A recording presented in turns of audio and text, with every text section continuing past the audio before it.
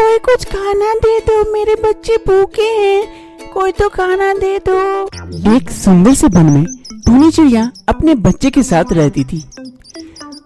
वो काफी परेशान थी क्योंकि उसे कहीं भी कोई काम नहीं मिल रहा था। वो अपने बच्चे को क्या खिलाएगी, इस बात से काफी परेशान थी। वो इधर उधर जाती काम की तलाश में, लेकिन कोई उसे काम नहीं देता।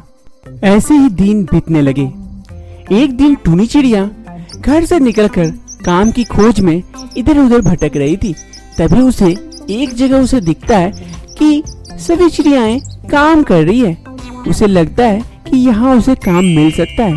वो वहाँ जाती है। वहाँ पे एक कौवा बैठा हुआ था कुर्सी पर। वो उनके पास पहुँचती है और उसे कहती है, नमस्कार साहब। कौवा उसे घूर कर देखता है, फिर पूछता है, हाँ क्या हुआ बताओ। पहले तो तुम्हें यहाँ कभी नहीं देखा है, आज पहली बार। यहाँ कैसे? वो साहब, मैं काम की तलाश में आई हूँ, कोई काम मिल जाता तो।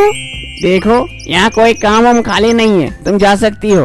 लेकिन साहब प्लीज कोई काम दे दीजिए ना, मेरे बच्चे भूखे हैं, हम उन्हें खाना नहीं दे पाते हैं, कहाँ से लाएंगे? आप कुछ काम दे दीजिए प्लीज। नहीं नहीं, यहाँ कुछ नहीं हो सकता, यहाँ से निकलो। टूनी के लाख मिन्नतों के बाद भी कौवा वहाँ पे काम नहीं देता है। टूनी दुखी मन से वहाँ से चली जाती है। टूनी वापस अपने घोंसले में आ जाती है। उसके बच्चे भूखे थे। उसके बच्चे माँ से कहते हैं, माँ भूख लगी है, खाने दो ना। टूनी को कुछ समझ में नहीं आता है कि खाना कहाँ से लाए, उसके बच्चे का भूख कैसे मिटाए। फिर वो निकल पड़ती है वहाँ से। फिर से कोशिश करती है कि कहीं काम मिल जाए तो।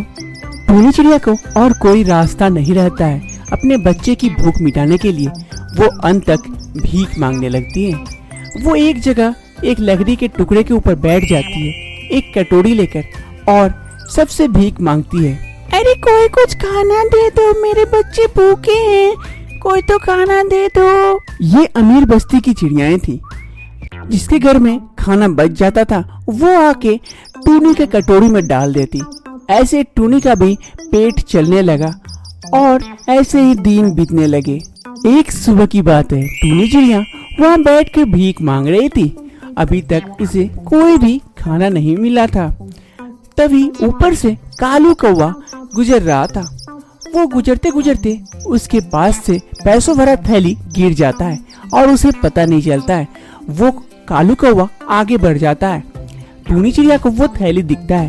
टूनी चिड़िया उस थैली के पास पहुंचती है। अरे ये तो वही सेठ का थैली है, इसे तो पैसे भरा है, ये काफी जरूरी होगा, मैं उसे पहुंचा देती हूँ। टूनी के दिमाग में एक बार ये बात भी आती है कि अगर वो थैली रख लेती है तो किसी को पता नहीं चलेगा और उसकी जिंदगी भर की भूख मिट सकती है, वो भी अब शान से रह सकती है। लेकिन फिर वो सोचती है, नहीं, ऐसा करना गलत है, ये पाप है। दूसरों के पैसे को लेकर अमीर बनना ठीक नहीं है। मैं उसे लौटा देती हूँ, मेहनत के पैसों से 2 रोटी खाऊंगी तो शांति से रहूंगी। फिर टूनी चिड़िया उस थैली को लेकर उड़ पड़ती है उस सेठ के पास। टूनी चिड़िया सेठ का उस थैली को लेकर सेठ के पास पहुंचती है। सेठ उसे देखकर तुरंत कहता है, अरे तुम फिर आ गई मेरे पास। मैंने तो कहा था कि मेरे पास कोई काम नहीं है, तुम मेरा पीछा नहीं छोड़ोगी। अरे नहीं सेठ, मैं काम मांगने नहीं आई, वो आपकी थैली लौटाने आई हूँ। ये रास्ते में गिर गया था तो मेरी नजर पड़ी तो मैं लौटाने आई हूँ आपको। कौवा सेठ ये बात सुनकर आश्चर्यचकित हो जाता है और फिर वो टूनी से कहता है, अरे ये मेरी थैली, अरे कहाँ गिर गई थी? अरे अच्छा हुआ तुझे मिल गया, लेकिन एक बात पूछना था। हाँ बोलिए सेठ। अगर तुझे ये थैली मिल गई थी तो तू फिर मुझे लौटाने क्यों आई? तू रख भी सकती थी। नहीं सेठ, मुझे उस पैसे पे कोई लोभ नहीं है जो मेरा नहीं है। मैं मेहनत से कमाऊंगी, 2 रोटी खाऊंगी, खुश रहूंगी, यही मेरी धारणा है। मुझे तू बहुत पसंद आई। अगर तू काम करना चाहती है तो मैं तुझे काम दे सकता हूँ। वैसे भी तुझे काम की बहुत जरूरी है और मुझे तेरे जैसे एक विश्वासी पंछी की जरूरत थी, आज वो भी मिल गई।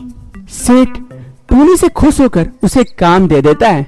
अब टूनी भी भीख मांगना छोड़ देती है और यहाँ काम करती है, परिश्रम करके 2 रोटी कमाती है और अपने बच्चे को भी खिलाती है और खुद भी खाती है और खुश रहती है।